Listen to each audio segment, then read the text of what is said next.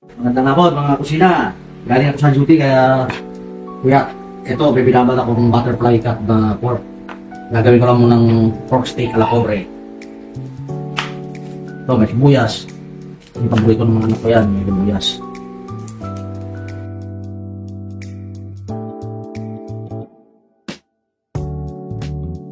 Sa ating kawali ay nagpili tayong mantika para prito na yung mga ano natin.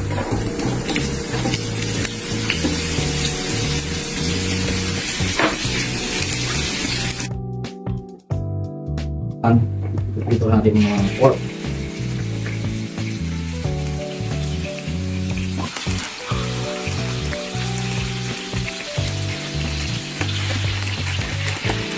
Hindi, pagkain natin. Ito na. Ito na po lahat. Ito na.